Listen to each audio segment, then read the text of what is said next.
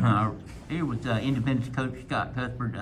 Scott, another signing for you guys that you've got a long list of guys who've gone on to play. Clay Basham signing. Just talk about his signing and him overall as a player. Clay's had a really good career so far.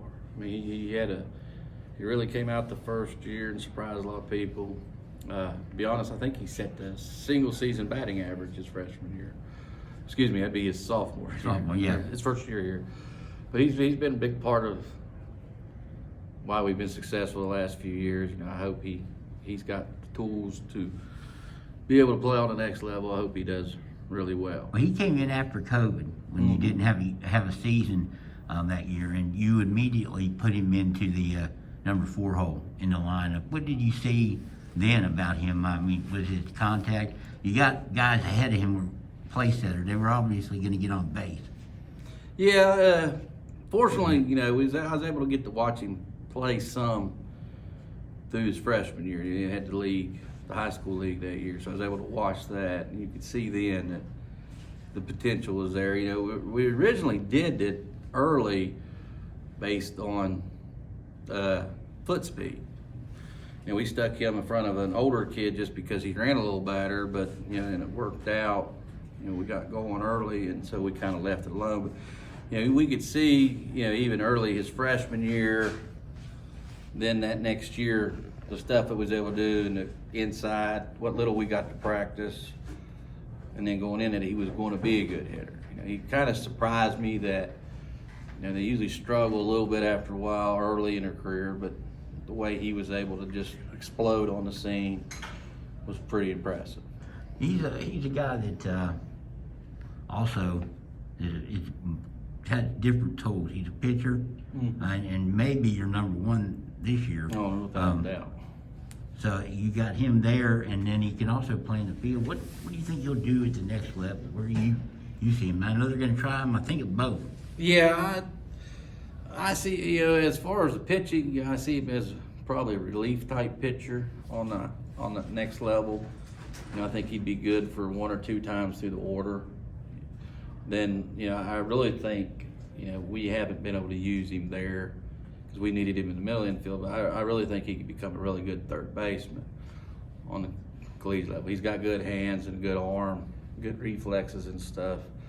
You know, I think, you know, the one thing he may struggle with on the next level would be his foot speed a little bit. You are interested to see what he can do.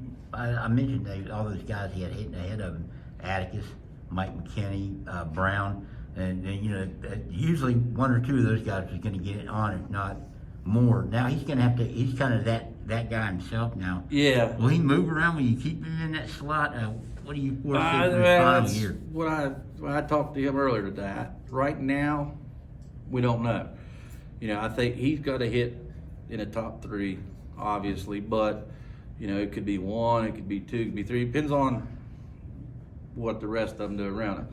You know, the best I can compare him to with what he's going to have would be like the one year when I had Andrew Huger come back, and Andrew was about it. You know, he's in that similar boat. Clay's going to have to be patient this year because I could see early where people may pitch around him based on what else we have. So, you know, I hope he has a good year again. You know, if you did ask him, he had a down year last year, and he still hit close right at 400. So, I mean, you know, he's been real solid production for us. I just hope he handles the different role.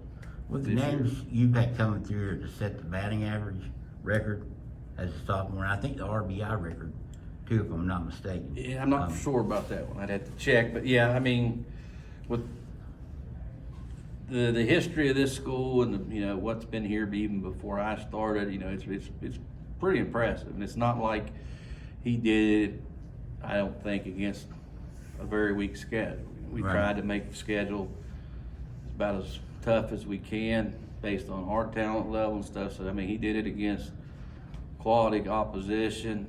You know, he got really good at bats and stuff like that year. You know, it was quite impressive to watch. I guess this never gets old, signing players at the next level. No, I mean, you know, you obviously want to, you know, as a team, you want to try to make it.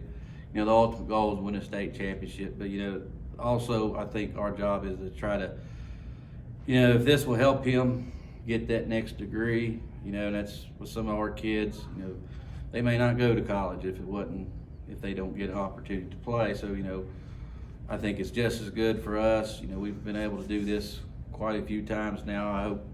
I hope him all the success, and I hope this will help him continue his education. Off topic, tougher defense, Independence baseball or Independence football?